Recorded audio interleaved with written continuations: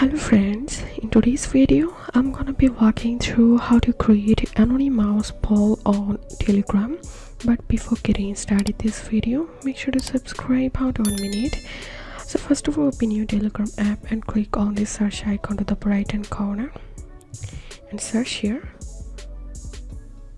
vote bot and open the vote bot and click on start and select anonymous. Now send the question here.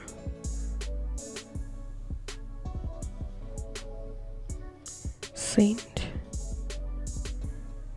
and now enter here the first answer and the second answer. Also you can add more options like that, and when you have added enough, simply send / done and click on send and click on publish poll and open any chat or group and simply type